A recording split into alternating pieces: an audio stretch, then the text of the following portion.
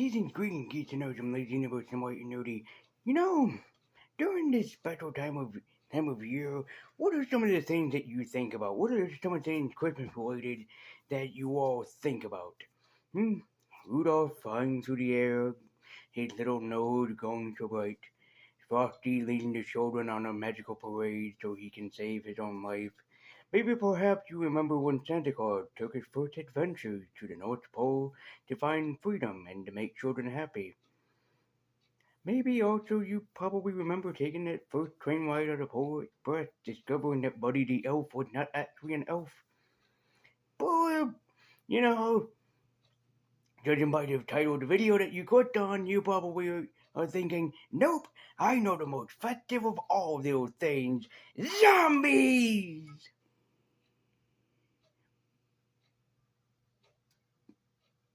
Nobody probably thinks of zombies during the holiday season unless you're one of those mutants or gorehounds, then yes. But no, I'm of course talking about a series that I have already reviewed on this channel, and yes, I reviewed both season 1 and 2. I am going to be going back to season 2 of iZombie. Why? Because season 2 of iZombie actually has a Christmas themed episode. I'm not going to catch you guys back up on the whole gist of iZombie, that's what the reviews are for, and I will pin where you can find both of those reviews down below. But to catch you guys up on the gist of it, Olivia Livermore was once a famous nurse that went upon a boat party, got scratched by a zombie, and transformed into one. So now she, a detective named Clive Bobineau, and her boss, Ravi Chakrabarti, all joined together to fight forces of evil, solve crimes, while Liv, of course, eats zombies and eats brains and inherit their unusual abilities and their personas. Yeah, if that sounds weird and interesting, please watch this series. It's really damn good. But I'm of course talking about season 2, episode 9, with the Enjoyous episode, and of course one of my favorites. I even went back and watched it before doing this review. We're gonna be talking about the episode Cape Town, which is enjoyable in of itself. So if you haven't seen iZombie, you might want to skip this video until you go and watch the episode of Cape Town, which is in itself enjoyable. No, I'm not going to be adding any clips here because I'm afraid that will kind of give away what this episode is about for people that haven't seen it. So go and watch iZombie, my children. Go on, then you can come back. Are they on? Hey, Jim, Jerry. Leave. I know that you two didn't watch iZombie yet. Both of you. Go. I'd be surprised if I have any subscribers that are either named Jim or Jerry. But with that all said and done, why don't we join into the Christmas festivities and see what our local crime-fighting zombie is up to? So let's dive into iZombie Season 2, Cape Town, and see if a zombie can really save Christmas this year. We begin with a woman running screaming through the streets as a superhero nearby listens on, which of course he intercepts the purse snatching that's going to be happening. This is a street hero known only as the Fog, a teacher by day, but a crime-fighting superhero by night, and only who fights crime during the part where the fog is the most thickest, I think. And tonight, I'm thick with justice. Joy come to you, and to you your blossom. Which, of course, after saying that ridiculous catchphrase, seriously, that's his catchphrase, we end up finding that the Fog is dead, mysteriously, and which rolls us into our episode. When Clive gets there, he unfortunately knows who this is, the Fog. Like I said, he was once a high school teacher by day, but by night he fought crime as the Fog. As Ravi is going full on fanboy that he cannot believe that a real-day superhero exists in Seattle. But then again, he's sending it to a crime-fighting zombie, so that's Ravi for you. Which, as Ravi and Liv find out, he'd been doing this for a long time. He had multiple cuts, healing wounds, and from what Ravi said, he'd broken every single bone in the name of man. He even has a very interesting utility belt that he ends up using and basically fighting crime with, which also in and of itself is pretty damn interesting, including carrying around duct tape. By the way, not to segue this, but there is a moment in here where Major meets up with a very lovely young woman who he actually tracked down because he became a human zombie detector. For those people out there that haven't watched iZombie, that went way over your head as soon as I said human zombie detector. Um, to put it in short, Robbie was trying to help make a cure for Liv because she no longer wants to be a zombie. He makes the cure.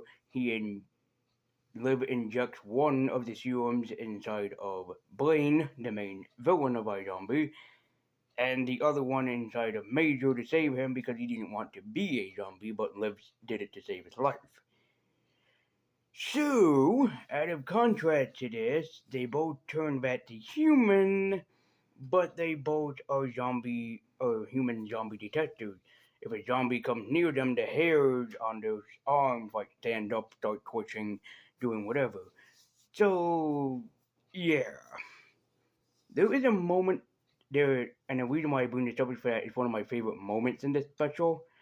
And also for a bunch of people that are like, a, a homemade superhero that mainly fights crime by night. Where have I heard this before? Oh, don't worry. I will bring this full circle, eventually. So, you know, I'm just gonna wait on the time to truly kind of bring it up and talk about it because it is awesome. It's just it's either an Easter egg, an homage, or just a straight up parody. But more on that when we get back to this. Also, I know that yes, iZombie exists in the DC Vertigo universe, where there are several superheroes that nobody has heard of, kind of. But let me have fun with this, okay? Let me enjoy my holiday festivities with this. So after Liv eats the shop teacher's brain, she inherits all his heroic abilities and his heroism, which of course Robbie thus is fanboying over. The two of them go and see Mr. Barr, since he is somehow connected to the murder of the Fog and the victim that is being held hostage because of a purse snatching. Shouldn't have to mention, but I will anyway, that if this actor looked familiar to you, that's because he once got his ass handed to him straight from the Punisher himself. Friends, you know. Let's talk about your friends. Make your own friends, buddy. I'm not saying nothing. I talk to you, they'll kill me. So they call in a superhero that Liv had a vision about, his name being hashtag. In order to summon him, you go on Twitter and type in hashtag. He tells them that, yes, the Fog was actually joining a lot of superheroes up together, basically making his own Justice League of America, but the two aren't interested in that. So we cut back to the Seattle Police Department where, oh my god, they're actually serious with this shit, aren't they? Man, you come right out of a comic book. Okay, time to address the weirdly dressed black man in the room. Seriously, what was up with this costume exactly? And address what this is basically a parody of.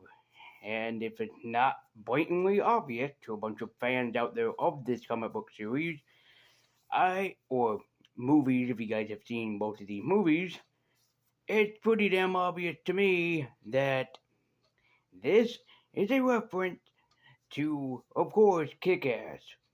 Not exactly the original Kick-Ass, this is more of a reference, homage, parody, whatever, to Kick-Ass 2, which basically has the same plot of this iZombie episode where it's basically a group of superheroes, or just one superhero in general, influences the New York populace, the city populace, so everybody becomes a superhero that basically goes out there and fights crime. So if you're thinking that this episode is Kick-Ass, technically you're right on both ends because this is a reference to Kick-Ass. I gotta admit, the homage or parody itself is very much hysterical to me, and I do enjoy the idea of all these superheroes teaming up together basically to form their own Justice League. But I am very, very doubtful that this is going to end in a bloodbath type of fight that ends up happening with everybody, but then again, you never know, this is the world of superheroes and anything can happen. We learned that the Fog was uniting everybody together because there was an illegal gun shipment that's going out. And we're not talking little guns, we're talking big-ass guns. Well, it turns out one of the people that was involved in the mugging is actually dead. So, unfortunately, he wrote down the address of the woman that was involved in the purse snatching accident. Over the Major, he's still upon that woman that he discovered at the bar, who was about ready to kill herself, but for her various own reasons that she's a zombie. And we also learn that she is basically a zombie prostitute, and she basically sleeps with guys just so she can eat brain to survive. I have sex for food. Try living with that for a while. And these zombie men have me whenever they want me. And this is one of the reasons why I love this episode, is because I always say that Christmas is not a good or happy time of the year, and I mean that. It is true. There are people that go through a dark, depressing time. But introducing this character just as a nod, because, oh, hey, Major is a human zombie detective. There's a big thing that goes on with that I'm not going to spoil or talk about here. But he was tracking down the woman, but only to find out that she was going to kill herself. Only not because that she is sick and tired of living. Well, she is, but she's sick and tired of the life that she had now. She used to be happy, and now she can't be. She even brings up that she eats the brains of, like, a baptized nun or a man with dementia, and you just can't help but feel bad for her because, like I said, remember, the zombies inherit the unique abilities, personas of the people that the brains that they eat. So it makes it all the more sad, unfortunately. Yet the brain effect doesn't last forever, it lasts like 24 hours, or however long it lasts, but still, it's a little dark and depressing, don't you think? I think so. So I do have to say that I did not expect this moment, but it made me kind of go, wait. A adaptation of a comic book series where a zombie happens to eat brains in order to solve crimes, which sounds like a goofy concept, and trust me, it is, got very serious in the holiday special that it has people dressing up as superheroes, which is an homage to Kick Ass, which is both kick ass and also kind of funny and goofy, and yet you're bringing in a very serious moment.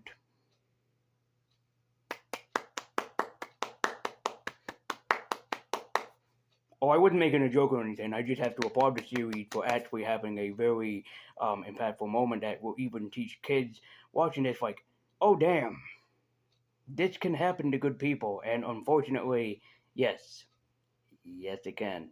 It's the most fucked up thing that can ever happen in this world. But yes, this fucking worst thing in the world can happen to very good people out there.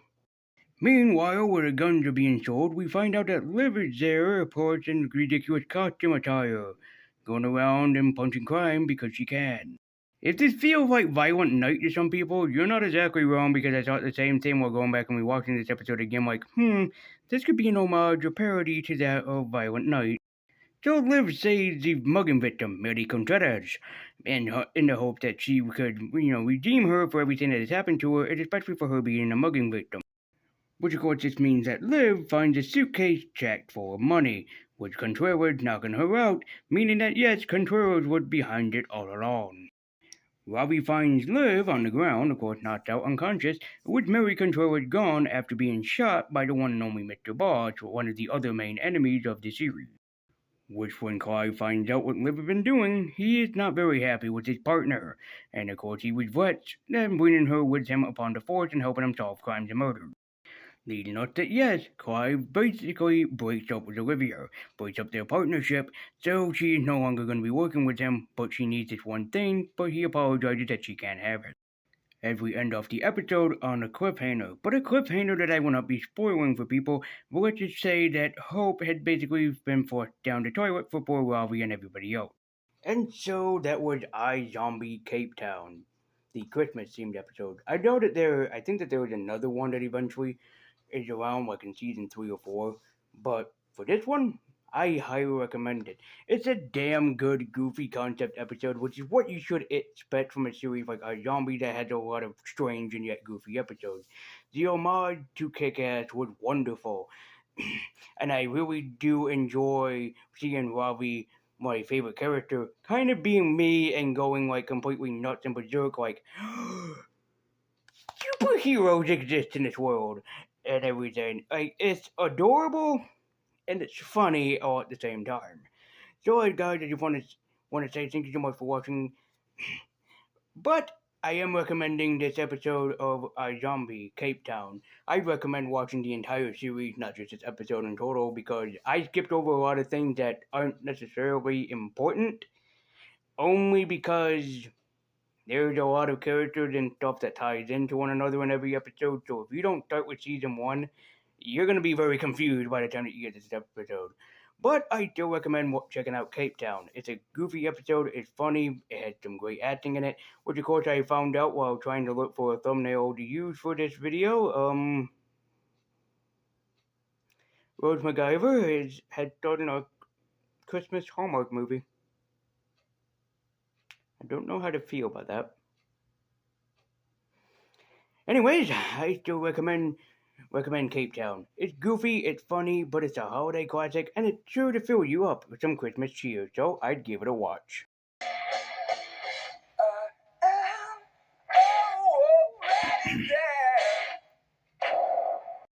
Guys, as always, thank you so much for watching. Be sure to like, share, comment, subscribe, hit that bell icon so you can be notified every single time that I make an upload. And I've been Liz Universe, I've been nerdy, keep your on.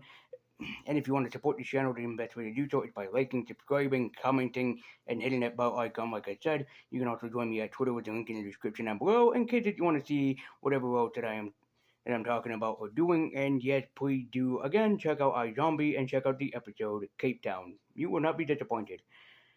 However, next time I'm gonna give you guys a double dose of Power Rangers this year with one of the worst holiday / Christmas specials ever. And it's from my favorite season of Power Rangers. So if you think that this is gonna hurt, you're absolutely right. And also be aware for my top 10 favorite films of the year list. But come back next time, because we'll be checking out Power Rangers Zeo with one of the worst episodes of the series. It'll be Power Rangers Zeo, a season I wish not to remember.